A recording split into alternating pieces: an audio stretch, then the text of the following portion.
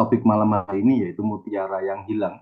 Jadi memang di Matius 13 ini ada setidaknya 7 perumpamaan. Mulai dari penabur, terus kemudian ya berbagai macam, lalu diakhiri dengan pukat atau jala. Nah, ini yang menarik karena eh, semua perumpamaan itu diawali dengan sebuah pernyataan kerajaan surga atau kerajaan Allah itu seumpama. Itu pernyataan Yesus sendiri. Nah, mari sama-sama kita lihat di Matius 13 ini. Ya, ini ada 13, ada 7 eh, perumpamaan yang disampaikan Yesus. Yang pertama penabur, kemudian lalang di antara gandum, biji sesawi, terus ragi, harta yang terpendam, terus mutiara berharga, dan terakhir pukat atau jala. Nah, bagian malam hari ini saya hanya menyampaikan di bagian yang keenam. Nah, waktu kita baca seluruh pasal 13 ini di Matius ini, pertanyaannya seperti ini. Apakah semua perumpamaan di Matius 13 itu mengandung pesan yang sama atau setiap konteks atau setiap perumpamaannya itu berbeda-beda?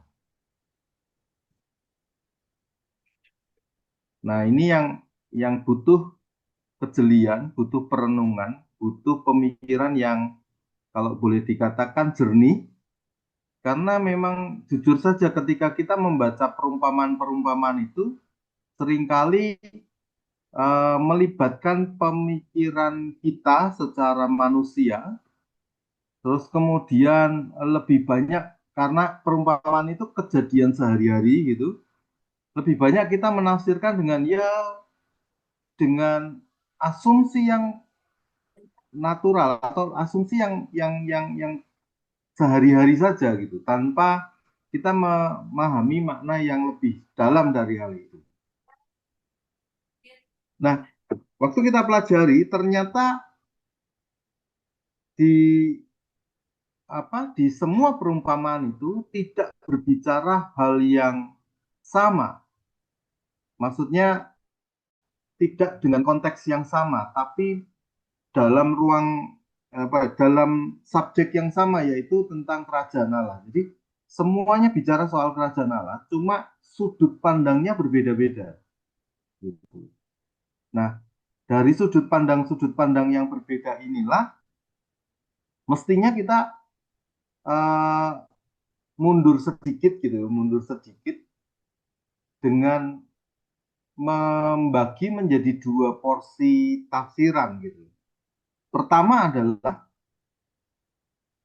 subjek dari yang dimaksudkan dalam perumpamaan itu siapa. Terus objeknya apa atau siapa.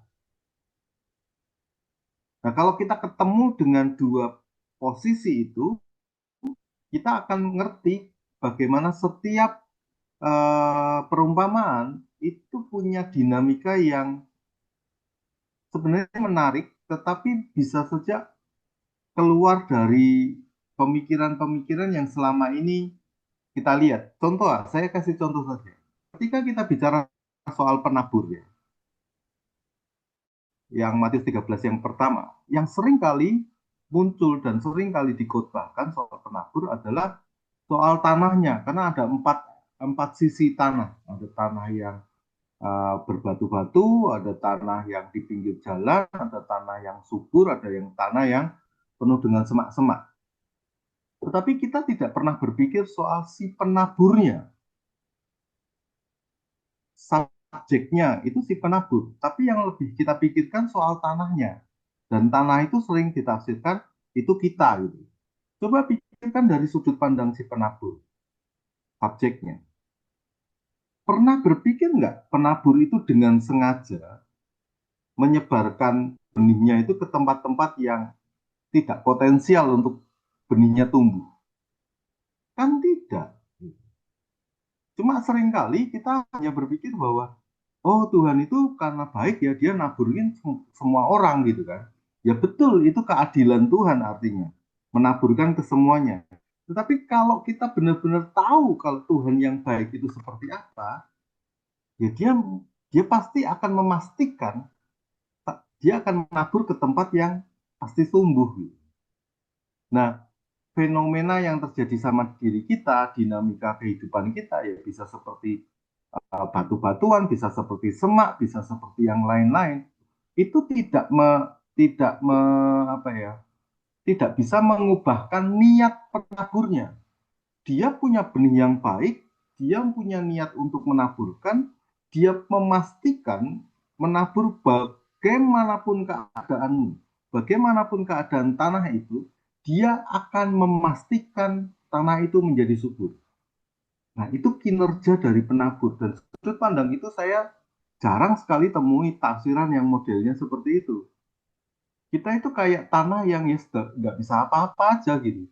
Oh, saya ini tanah yang kering. Oh, saya ini tanah yang tandus. Oh, bahkan bukan kita melihat diri kita, melihat orang lain gitu. Wah, makanya mereka tidak bertumbuh karena mereka ini tanah yang kering. Oh, mereka nggak bertumbuh karena hidupnya penuh dengan semak-semak. Nah, seperti itu. Bayangkan kalau dibalik dengan sebuah perspektif itikat atau motif dari penaburnya itu gimana? Kalau dia tahu benihnya itu nyampe ke tanah yang berbatu, apa yang dilakukan penabur? Ya dia bongkar, batu-batu ya dia singkirin untuk benihnya dipastikan tumbuh. Itu yang dikerjakan subjeknya. Nah, kalau subjeknya itu Tuhan, betapa luar biasanya kita mendapatkan kenyataan bahwa Tuhan kita Tuhan yang mengerjakan segala sesuatu buat hidup kita. Bahkan hal-hal yang kita sadari kita, waduh aku ini kayak semak deh, aduh aku ini kayak kayak tanah yang tandus deh. Percayalah bahwa penaburmu, orang yang menaburkan benih yang bagus itu akan mengerjakan sesuatu yang dahsyat buat kamu untuk benihnya itu tumbuh. Nah, itu sudut pandang yang berbeda dan sangat jarang hal yang seperti itu dibagikan. Lebih banyaknya kita dinilai seperti tanah tandus, tanah berbatu, tanah penuh semak, dinilai subur pun ya dengan setengah hati. Suburnya kayak apa kan nggak tahu gitu. Itu sudut pandang gitu. Bagaimana tafsiran itu bisa mengubahkan kita dalam melihat Allah. Nah, karena fokus saya adalah di mutiara, kita lihat ayatnya. Matius 13 ayat 45 dan 46. Firman Tuhan berkata seperti ini. Demikian pula kerajaan surga itu seumpama seorang pedagang yang mencari mutiara yang indah. Setelah ditemukannya mutiara yang sangat berharga, ia pergi menjual seluruh miliknya, lalu membeli mutiara itu. Yang saya kasih bold kuning ini uh, sebenarnya ungkapan literal yang cukup jelas gitu. Tapi entah kenapa kita mendengar tafsiran-tafsiran yang lebih sering kabur gitu artinya. Tapi mari kita mengulang atau mengevaluasi pemikiran kita untuk melihat perumpamaan ini dengan lebih jelas. Jadi dari dua ayat ini kita melihat bahwa nilai tertinggi dari kerajaan dari kerajaan itu adalah mutiara, nilai yang tertinggi dari sebuah kerajaan, dari kerajaan surga setelah pencarian aktif. Ini satu statement yang sebenarnya multi multi apa ya, multi tafsir gitu ya. Banyak banyak banyak makna gitu. Satu pertama soal nilai tertingginya. Jadi saya bertanya-tanya gini, apa sih yang paling bernilai dari kerajaan surga? Kita melihat dari kerajaan surga yang paling bernilai, ya kalau kita secara manusia melihatnya, oh kerajaan surga itu yang paling bernilai adalah Yesus. gitu kan? Bahkan kita mengatakan bahwa yang paling berharga di surga itu diberikan kepada kita, gitu. Yesus, gitu, paling berharga. Tapi diberikan kepada kita, manusia, gitu. Nah, ketika kita renungkan sekali lagi, loh, yang berharga diberikan pada kita, berarti yang paling berharga siapa? Sebenarnya yang paling berharga ya memang Yesus, tetapi yang paling berharga itu diberikan kepada kita yang tidak ada harganya sama sekali. Berarti kita di pandangan kerajaan Allah, kita berharga sekali. Dia di sudut pandang kerajaan, di sudut pandangnya Bapa, kita tuh berharga sekali. Kita punya nilai yang tertinggi gitu istilahnya. Saya sempat membayangkan sesuatu yang maaf kata konyol gitu. Saking berharganya kita gitu kan. Allah mencari kita, kalau dia nggak mencari, surga itu sepi gitu, kosong. Mungkin ada malaikat, mungkin ada nyanyian. Tapi tanpa kita, tanpa manusia, surga itu seakan kosong. Entah kenapa ini pikiran jadi muncul gitu aja, gitu. Kenapa kok manusia diciptakan ya? Kayak Tuhan kurang kerjaan aja, kayak apa? Aneh aja gitu. Kayak Tuhan ini bikin sesuatu yang egois gitu untuk menyenangkan dirinya sehingga diciptakanlah manusia.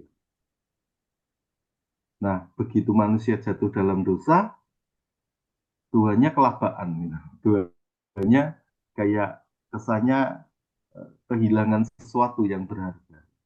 Sehingga dia relakan Yesus untuk bahasa saya ya, menjemput manusia kembali. Ini drama ini gitu.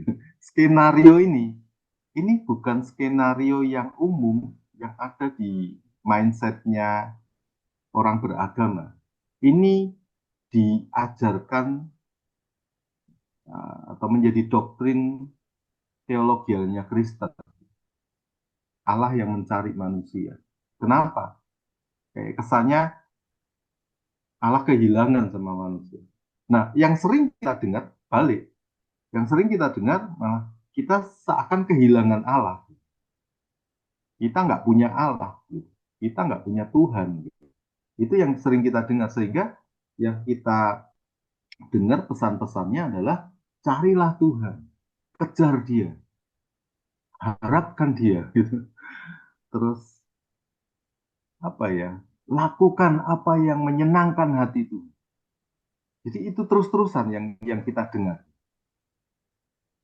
Nah, padahal teologi kekristenan tidak seperti itu. Teologi kekristenan itu mestinya didasari dengan Allah yang mencari manusia. Itu teologi kekristenan. Jadi lepas dari semua yang kita mau tafsir-tafsir apapun juga, harusnya balik kepada konsep dasar teologi kekristenan, yaitu Allah yang mencari manusia, bukan manusia yang cari Tuhan. Karena kalau manusia cari Tuhan, itu ketemunya agama. Kekristenan sebaliknya, Allah yang mencari manusia. Nah, di perumpamaan ini, mutiaranya itu siapa? Kan sudah jelas, sudah clear. Yang dicari itu siapa? Bukan Yesus yang dicari, tapi kita. Kita adalah nilai tertinggi yang dicari oleh Allah. Dengan harga yang mahal, dibeli sama dia, ditebus sama dia. Rela turun ke bumi, menyelamatkan kita yang nggak ada harganya menurut diri kita, menurut menurut pandangan yang secara umum nggak ada harganya. Tapi menurut pandangan kerajaan surga, kita itu berharga. Sampai diibaratkan seorang pedagang mencari mutiara yang ya, kita kupas pelan-pelan ya. Kenapa kok sampai kepada pemikiran seperti itu? Memang dalam tafsiran ada paradoksnya, ada dua sisi yang muncul secara bersamaan. Tetapi kalau kita bisa jelas melihat ayat firman Tuhan, melihat konsep teologi kekristenan yang benar, kita nanti akan pada titik kesimpulan yang kurang lebihnya sama. Pertama, pedagang mutiara. Pedagang mutiara ini menurut tradisi adalah pengusaha internasional. Jadi dia sengaja berpergian jauh, ya. Kalau dalam konteks saat itu di Timur Tengah biasanya perginya ke Teluk Persia atau di daerah Laut Merah untuk mencari mutiara yang berkualitas. Kalau mencari mutiara yang berkualitas artinya ada mutiara yang tidak berkualitas. Nah, seorang pedagang mutiara itu punya keahlian untuk bisa membedakan mana mutiara yang asli dan yang tidak, yang berkualitas dan yang tidak. Nah, mutiaranya sendiri dalam dunia kuno itu adalah lambang kekayaan tertinggi yang jauh lebih berharga daripada emas dan permata atau perak dan yang lain-lainnya. Ini ini mungkin jarang sekali ya dibahas gitu. Kenapa? Karena kita lebih banyak mendengarkan, oh kamu itu emas yang murni. Padahal emas yang murni itu kan bagaimana bisa mendapatkan emas yang murni? Itu mesti melalui api apa ya? Api penyucian gitu ya. Disterilkan, dipisahkan antara mineral-mineral yang lain sampai ditemukanlah emas yang murni. Tapi menurut dunia kuno, menurut latar budaya, itu bukan emas yang paling berharga. Ternyata yang paling berharga itu mutiara. Kenapa kok mutiara berharga? Karena untuk memperoleh mutiara itu mencarinya dengan resiko yang tinggi. Orang-orang harus menyelam di tempat atau di laut-laut yang berbahaya, yang dalam gitu. Terus kemudian mutiara itu ya sudah bulat gitu aja gitu. Dan dia tidak di shape, tidak dibentuk, tidak di apa ya, di di model-model gitu, tidak. Beda dengan berlian atau emas atau yang lain-lain. Dia memang alaminya seperti itu gitu. Alaminya ya bulat, memancarkan cahaya dan dan itulah yang menyebabkan dia punya nilai yang mahal. Sehingga sekali lagi proses pencariannya juga panjang, nggak nggak mesti satu kali nyelam bisa dapat gitu kan. Terus kemudian penuh bahaya, terus eh, butuh waktu, jadi tidak pasti bahwa sehari dia menyelam di satu tempat bisa dapat, bisa tidak, gitu kan. Dan dikatakan hanya ahli. Jadi untuk mendapatkan mutiara yang asli, mutiara yang berharga itu butuh effort, butuh kerja keras yang semuanya ahli, bukan sembarangan. Nah, kalau kembali ke ayatnya, Yesus tuh menggambarkan sebuah perumpamaan yang unik, seorang pedagang yang mencari mutiara yang indah. Ini bukan proses kayak harta yang terpendam. Harta terpendam itu seakan-akan nggak sengaja dia menemukannya. Dia menemukan ya mungkin jalan atau mungkin beli tanah gitu kan. Kayak ada orang yang kaya mendadak itu kan beli tanah kemudian ketika digali ada harta karun, ada minyak kayak gitu. Tapi kalau mutiara ini dia tahu ada sesuatu yang berharga dan mereka mencarinya. Dan untuk mencarinya butuh keahlian. Pedagang butuh keahlian, keaslian, butuh keahlian menaksir harga, butuh keahlian mencari tingkat kualitasnya. Semuanya, pencari mutiaranya juga butuh keahlian semua. Sehingga nilai itu tidak sekedar mahal saja, tapi memang benar-benar bernilai tinggi, bernilai lebih dari semua apa permata dan emas. Makanya tidak heran ketika ditemukannya mutiara yang sangat berharga. Jadi deskripsi Alkitab ini sederhana tetapi maknanya ternyata dalam sekali. Ditemukan mutiara yang sangat berharga Karena sudah berharga kan ya oke kan, tapi sangat berharga. Ia pun pergi menjual seluruh miliknya untuk membeli mutiara. Itu yang dilakukan pedagang itu, ya. Nah, dari latar belakang budaya ini kita masuk ke pendengarnya waktu itu. Jadi waktu Yesus bicara itu siapa saja yang mendengarkan dulu. Yang pertama adalah murid-murid Yesus. Nah, kalau Anda perhatikan di pasal 13 ini, pengajaran perumpamaan ini tidak diberikan secara umum sebenarnya, tetapi kadang-kadang diberikan secara khusus kepada murid-murid. Sehingga kadang-kadang Yesus juga menyampaikan arti dari perumpamaan yang dia sampaikan. Tapi ya kita tidak tahu situasi secara realnya kan. Kita hanya bisa menafsirkan kira-kira seperti apa sih eh, apa situasinya, terus pendengarnya siapa saja dan bagaimana situasi pendengarnya. Setidaknya kita tahu aja objek-objek pendengarnya. Yang pertama murid-murid Yesus yang mereka ini sudah mengikut Yesus tetapi masih belum bisa memahami nilai kerajaan yang mereka ikuti. Karena murid-murid Yesus sendiri ketika bicara soal kerajaan, pikiran mereka adalah, oh nanti Israel akan dikembalikan, terus Yesus jadi raja, saya akan jadi salah satu menterinya, saya akan jadi panglima perangnya, saya akan mindsetnya sudah berbeda. Sehingga berulang kali Yesus harus menjelaskan sekali lagi soal kerajaan Buddha, sehingga dia pakai ilustrasi atau pakai perumpamaan tentang kerajaan Allah ini berkali-kali, khususnya di Matius, Injil Matius memang konteks besarnya bicara soal kerajaan Allah.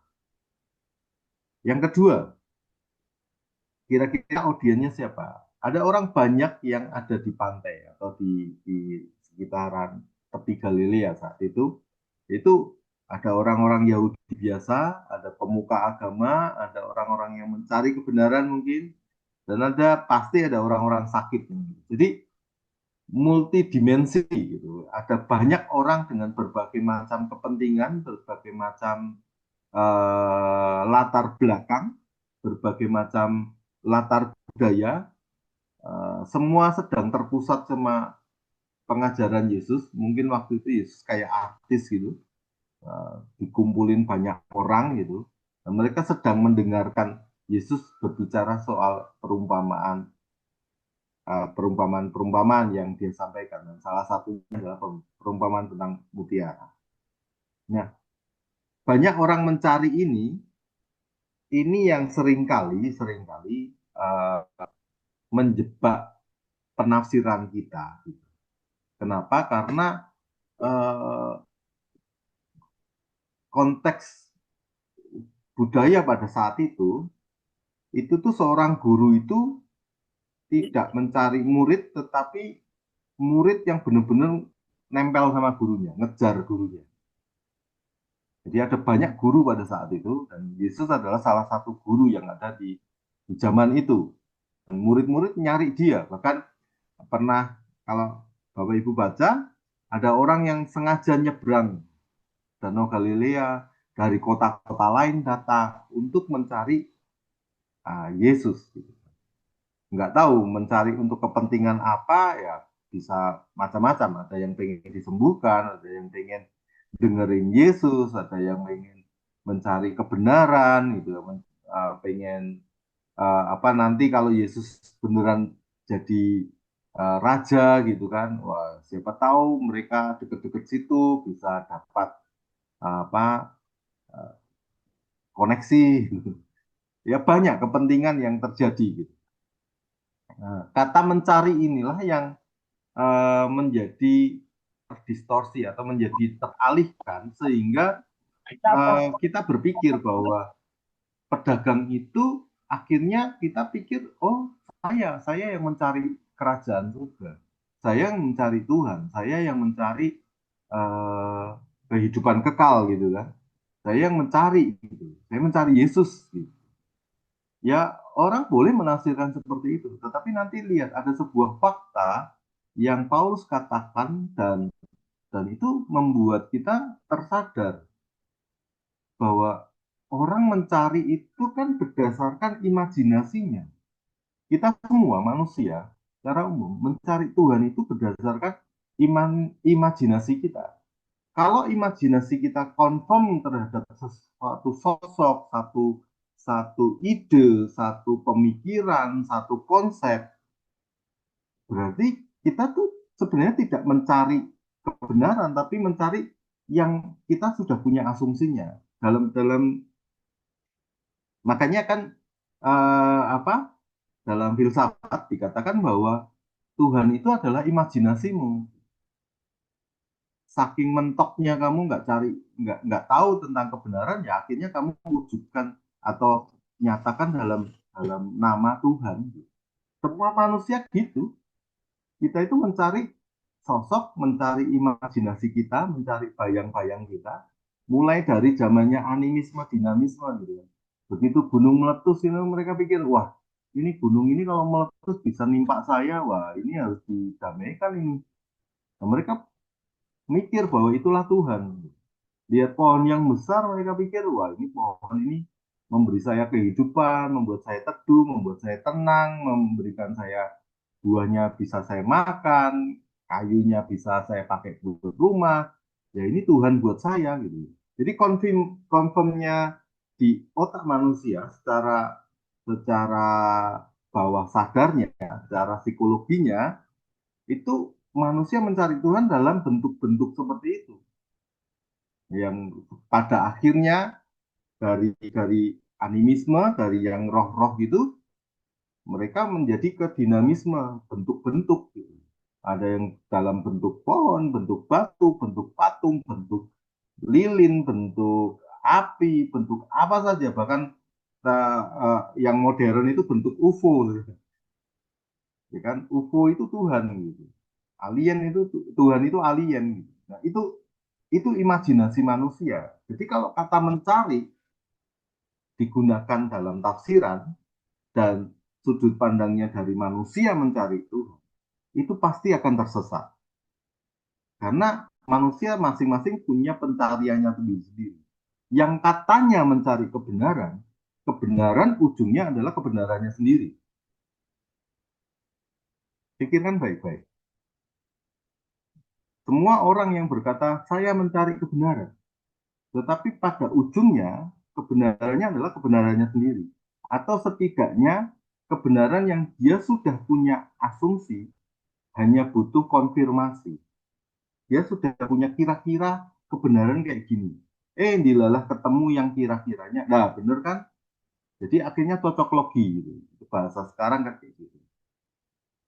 Nah, kalau kata mencari ini ditempatkan pada manusia yang mencari Tuhan, pasti dijamin tersesat. Saya kemarin ngasih sebuah statement di training itu gini. Yang pasti dalam kehidupan kita itu adalah kegagalan. Keberhasilan itu tidak pasti. Tapi yang pasti itu gagal. Dalam mencari Tuhan, yang pasti itu gagal. Makanya kita sebagai orang percaya, orang Kristen itu harus punya mindset terbalik. Bukan kita yang cari Tuhan, Tuhan yang cari. Itu yang menjadi dasar teologi Kristen. Nah, saya saya mengupas ini di slide di presentasi dengan bahasa umum. Tetapi saya menyampaikannya dengan bahasa yang Anda butuh pahami, Anda butuh renungkan sekali lagi. Banyak orang mencari karena merasa belum menemukan mutiara sejati. Tapi kalau mau jujur, cari sampai kapanpun, nggak akan ketemu. Nah, ini yang saya maksudkan sama pencari-pencari spiritual. Ada orang-orang Yahudi yang menantikan Mesias. Sampai hari ini mereka masih menanti. Ada orang-orang bijak, contohnya orang-orang Majus itu, yang mempelajari tanda-tanda alam. Ya kan, sampai mereka melihat, oh itu bintang, itu raja, itu artinya. Sampai hari ini, orang-orang Majus itu asalnya dari daerah Irak, dari Mesopotamia. Sampai hari ini, mereka masih mencari-cari Tuhan. Belum ketemu Yesus. kaum beragama yang aktif berusaha mencari kebenaran, ya kan? Ada orang-orang eseni gitu, esenik. Ya. Esenik itu menyendiri keluar dari dunia, tempat sepi. Mereka pikir disitulah ada Tuhan, bersatu dengan alam, gitu bahasa-bahasa sekarang. Terus kemudian mereka menggunakan istilah apa uh, uh, yang panteisme. Istilah panteisme itu mestakum, semesta mendukung. Jadi mereka mempercayai bukan Tuhan yang subjek yang jelas, tetapi mereka mempercayai semesta ini adalah Tuhan. Itu sekarang jadi lumrah di sekeliling kita. Karena apa? Hampir bisa dikatakan seluruh dunia mencari, tetapi mereka masih tersesat dengan pencarian mereka. Dan itulah audiens yang menjadi pendengar dari perumpamaan yang kita baca sama-sama hari ini. Nah, apakah Anda juga adalah orang-orang yang mencari kebenaran? Semoga Anda tidak tersesat. Nah, saya nambahkan bagian subjek dan objek di sini. Subjek yang aktif adalah pedagang mutiara. Yang jelas dia mencari, ya kan? Nah, dalam tafsir yang umum itu referensinya ganda. Jadi representasinya ganda. Jadi ada yang menafsirkan bahwa itu Allah atau Kristus yang mencari. Anda bisa lihat di Filipi 2, 1 Korintus 6 ayat 20 itu bicara soal dia mati di atas kayu salib sebagai tebusan buat kita. Terus Wahyu 21 ayat 21 itu menunjukkan bahwa betapa berharganya manusia. Jadi di aspek yang aktif ada tafsiran yang pertama adalah Allah yang mencari, Kristus yang mencari. Tapi ada juga yang umum disampaikan adalah manusia yang mencari. Cuma di sini saya tambahkan sedikit. Manusia yang mencari ini karena digerakkan oleh anugerah. Maksudnya gini, ini lebih dalam ya dari ini maknanya filsafat. Kalau kita lapar, kalau kita cari makan, karena kita lapar, itu ditimbulkannya dari dalam diri kita. Ya kan? Saya cari makan, kenapa? Karena saya lapar. Lapar itu timbul dari diri kita, sehingga saya mencari makan. Nah, secara filosofis, itu gambaran yang gini. Kalau kamu sedang mencari Tuhan, artinya itu ditimbulkan dari dalam dirimu. Nah, dari dalam dirimu itu tidak bisa timbul sendiri. Artinya harus ada faktor lain yang memunculkan hal itu dalam diri. Nah, faktor lain itu disebut dalam dunia filsafat juga mengerucutkan itu sebagai Tuhan atau prima causa, penyebab utama. Penyebab utama itu yang menimbulkan diri kita yang mencari Tuhan. Gitu. Jadi manusia mencari itu bukan karena kemauannya sendiri, tetapi ditimbulkan dari dalam dirinya. Saya mau cari kebenaran itu tidak muncul dengan sendirinya, tetapi ditimbulkan dari dalam diri. Nah, mungkin sekilas mirip dengan pernyataan yang kita baca di Roma 10 ayat 17 kan. Iman timbul dari pendengaran akan firman Kristus. Jadi firman Kristus itu dimunculkan dalam diri kita. Ditimbulkan dalam diri kita. Bagaimana itu bisa ditimbulkan? Yaitu salah satu yang kita tahu pekerjaan Roh Kudus. Dan ayat itu spesifik, firmannya bukan firman Allah, firmannya bukan firman Tuhan, firman Kristus. Dan siapa yang memberikan kesaksian soal Kristus? Yaitu Roh Kudus. Ibrani 10 ayat 15. Pekerjaan dari Roh Kudus adalah memberikan kesaksian tentang Kristus Yesus.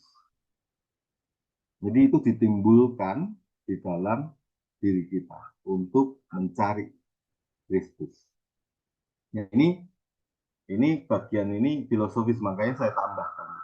Kalau terkesan manusia mencari, ya kita lihat dari sudut pandang filsafatnya, ternyata manusia nggak bisa mencari dari dirinya sendiri.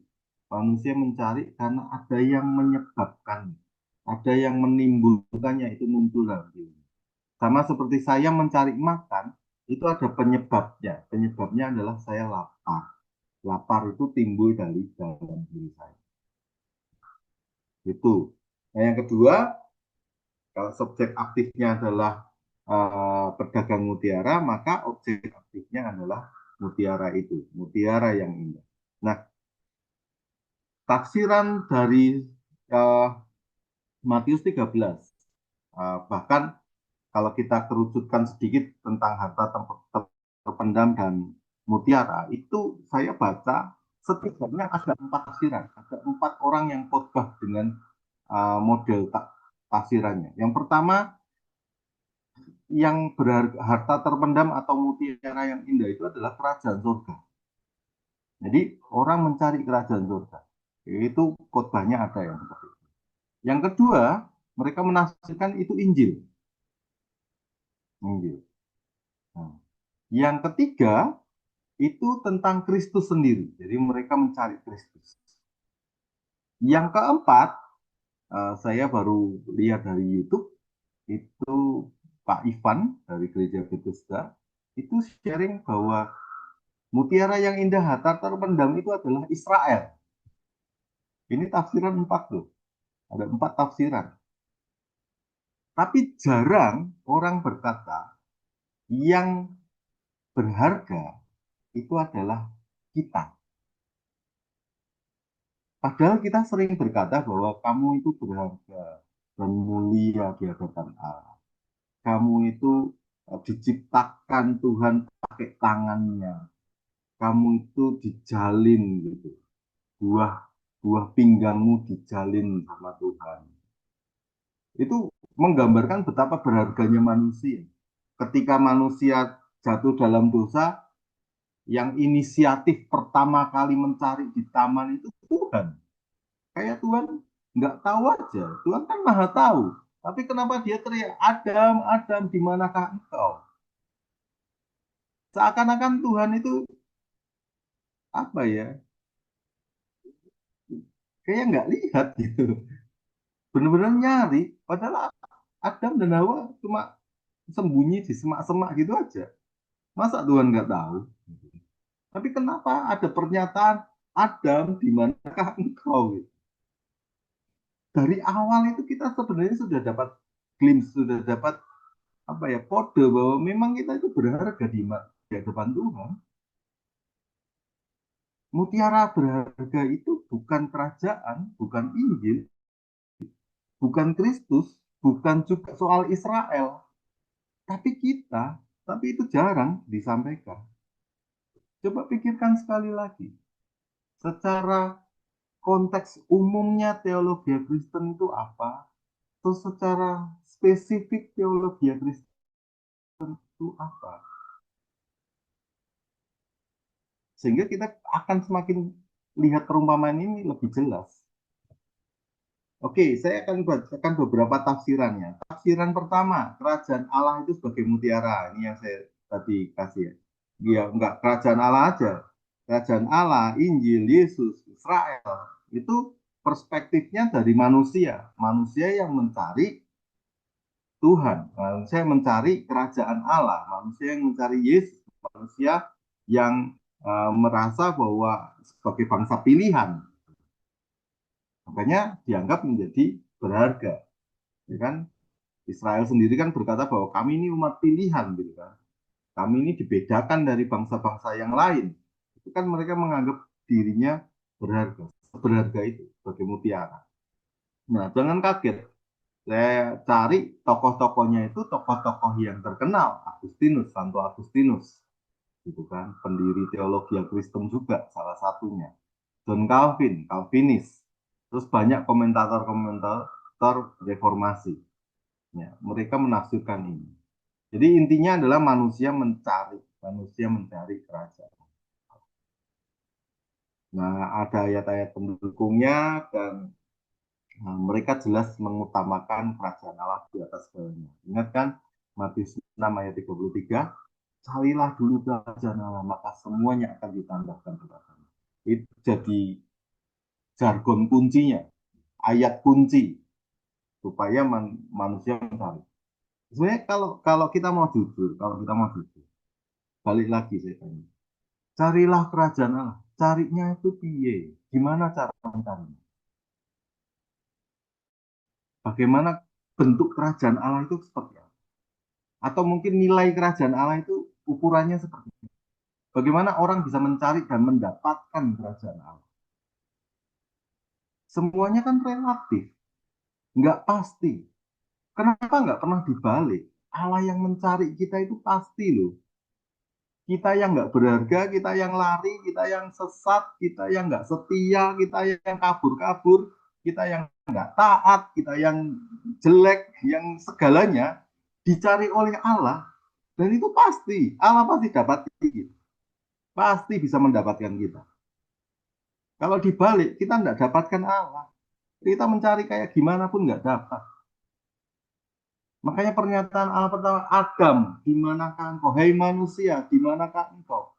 Itu sebuah kepastian bahwa hatinya Tuhan itu mencari kita, bukan kita yang cari Tuhan. Kenapa kita nggak mau berpijak pada hal yang sudah pasti? Kenapa kita mau berpijak pada kekuatan kita sendiri mencari Tuhan? Tafsiran kedua, umat Allah sebagai mutiaranya. Ini perspektif kristologi. Nah, Bapak Gereja yaitu Yohanes Chrysostomus Gregorius Agung dan beberapa teolog konvental, beberapa kovenan itu teolog-teolog yang uh, kalau Anda pernah mendengar namanya teologi kovenan atau teologi perjanjian, itu tuh gambarannya gini, teologi perjanjian itu teologi yang berbasis pada perjanjian. Nah, kita tahu kan Allah mengucapkan janji kepada manusia. Barang siapa yang setia, maka Allah akan memberkati. Barang siapa yang taat, maka Allah yang memberkati. Kan? Tapi lihatlah dinamika perjanjian itu. Allah yang janji, Allah sendiri yang menggenapi. Manusianya itu gagal terus. Nah, dalam teologi covenant sebenarnya jelas bahwa inisiatifnya dari Allah, yang mengerjakan Allah, yang akan menggenapi perjanjian itu Allah. Kalau perjanjiannya itu gagal, batal, Allah buat perjanjian yang baru lagi. Itu semuanya dari Allah, bukan manusia. Manusia itu isinya gagal tok. Gitu. Nggak ada manusia yang bisa taat. Itu dalam konteks teologi covenant. Itu jelas kita kalau lihat bagaimana manusia itu dihargai Allah luar biasa. Jadi kalau kita bisa menggambarkan perumpamaan itu di mana Kristus adalah pedagangnya dan membayar harga yang tertinggi dengan salibnya, dengan darahnya sendiri untuk membeli kita, untuk membayar kita, untuk menebus kita, untuk kita dimiliki sebagai mutiara yang berharga. Betapa menyenangkannya kekristenan.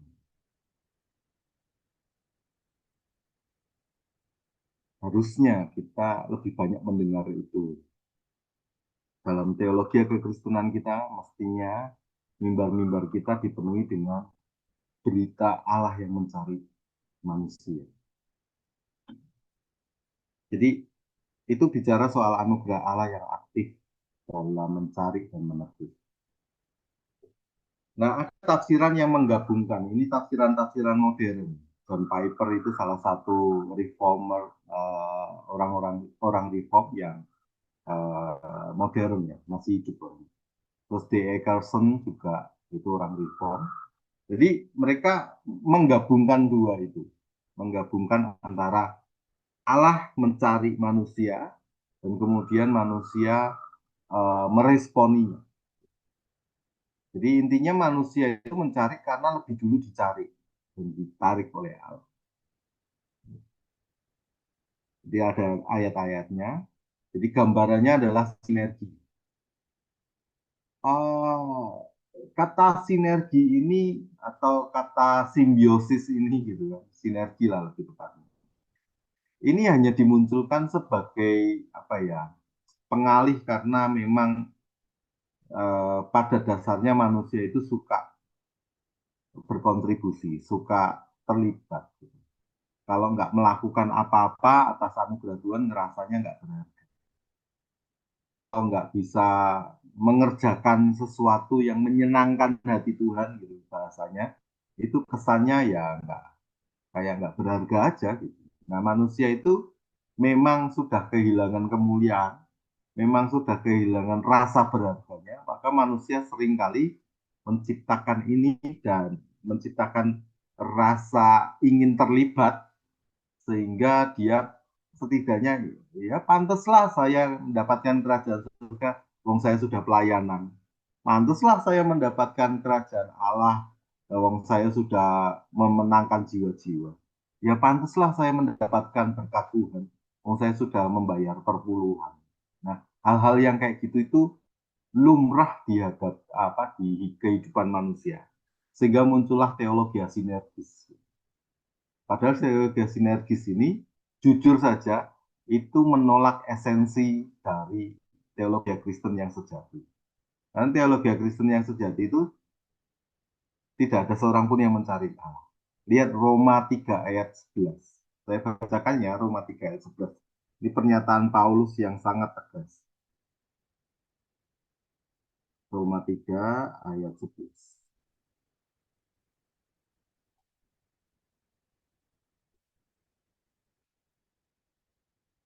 Ayat firman Tuhan berkata gini, tidak ada seorang pun yang berakal budi, tidak ada seorang pun yang mencari Allah.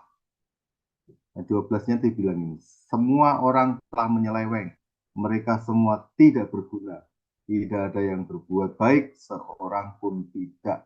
Ini bahasanya Paulus loh. Wah itu pasti banyak banyak ditentang gitu. Masa nggak ada orang yang benar? Masa nggak ada orang yang berbuat baik? Ini nggak lagi bicara soal moral. Ini bicara soal di hadapan Allah. Perjanjian lama kan bilang perbuatan baikmu itu seperti kain kotor, gitu kan? Di hadapan Allah itu lain ceritanya. Justru itulah Allah turun ke muka bumi. Kalau perbuatan baik kita, ketaatan kita cukup untuk membayar diri kita masuk surga, Allah nggak perlu turun. Allah nggak perlu disalibkan dan Allah nggak perlu meneteskan darah. Tetapi karena memang tidak pernah itu sempurna apa yang kita kerjakan. Tidak pernah cukup layak untuk kita masuk ke kerajaan. Allah yang mengambil inisiatif. Allah yang bertindak untuk kita. Saya perlu kasih disclaimer atau kasih uh, ngerti pemahaman bahwa perumpamaan itu bukanlah alegori atau sesuatu yang memang benar-benar nyata. Di mana setiap detail harus memiliki makna teologis literal. Maksudnya gini, jadi kalaupun mutiara, kerajaan, pedagang, segala macam itu, Yesus mengawalinya dengan pernyataan seumpama. Jadi dia hanya memberikan gambarannya, glimpse, atau memberikan siluetnya, memberikan shadow-nya, bayangannya. Tidak, tidak sepenuhnya ya seperti itu. Makanya boleh Anda menafsirkannya, boleh Anda memberikan gambaran-gambaran tafsiran tadi, enggak masalah. Karena masih shadow kan, masih gambaran. Jadi bukan realnya kayak gitu. Realnya itu kerajaan Allah adalah mutiara, bukan. Itu shadow-nya, itu bayangannya, salah satu sudut pandang ya, sehingga menimbulkan berbagai macam tafsiran. Tetapi kalau kita mau kembali ke Alkitab secara jujur, kerajaan Allah yang begitu berharga sehingga layak uh, kita itu mengorbankan segala sesuatu untuk memilikinya, itu kan nggak pernah bisa dilakukan oleh manusia.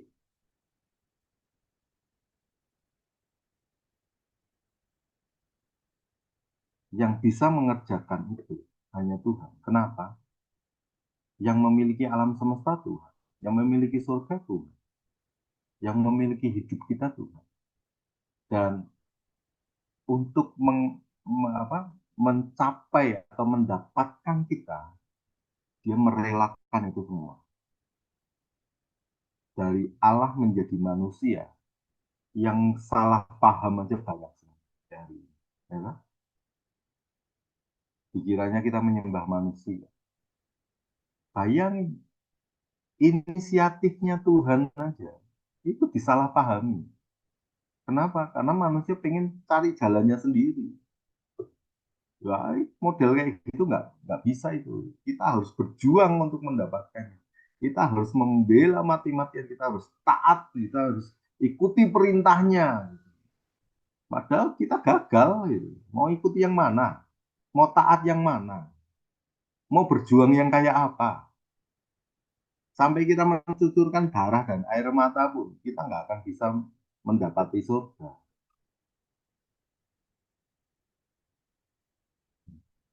Nah, saya akan sedikit meneduhkan gitu, untuk orang-orang yang masih menggunakan kata mencari. Pencarian aktif si pedagang itu, kalau kita merasa bahwa pedagang itu saya, gitu, itu bukan dimaksudkan untuk menggambarkan bahwa manusia itu bisa mencari dan menemukan Allah dengan usahanya sendiri. Tetapi ini bermakna filosofis. Kita itu paham nilainya. Oh, kerajaan Tuhan itu luar biasa. Surga itu berharga sekali. Yesus itu sangat berharga. Dan kita dibukakan hati kita sehingga kita memberikan diri kita, memberikan harta kita, memberikan apa saja yang kita miliki untuk mendapatkannya. Ya, ini hanya untuk meredakan orang yang ya kadang susah dibilangin. Gitu.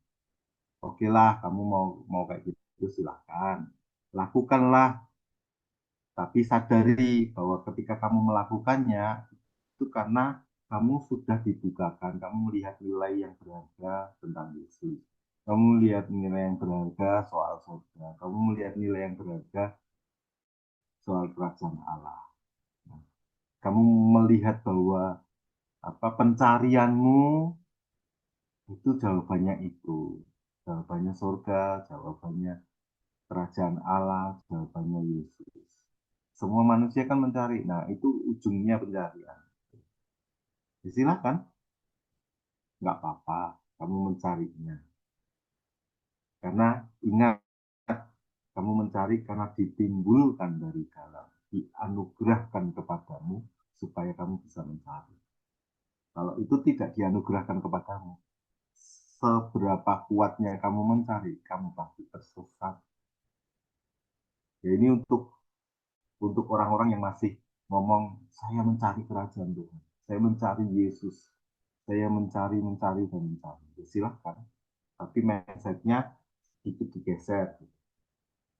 Bahwa kamu mencari karena Tuhan sudah menganugerahkan. Oke?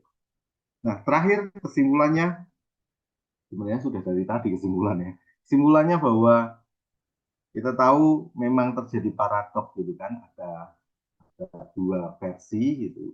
Ada dari sudut pandang Allah dan dari sudut pandang manusia. Jadi, tetapi yang tidak bisa dipungkiri bahwa memang kerajaan Allah itu sesuatu yang berharga, yang bernilai, ya, sesuatu yang ya kita nggak bisa ukur dengan angka. Itu benar-benar berharga dan pertaruhannya adalah keseluruhan hidup kita. Kenapa? Karena nilai kerajaan Allah adalah kekekalan. Sebenarnya kalau ditanya kerajaan Allah itu bernilainya apa sih? Jawabannya kekekalan. Terus yang kedua, eh, untuk orang-orang yang masih mencari dengan aktif, ingat bahwa Anda mencari itu karena digerakkan oleh anugerah.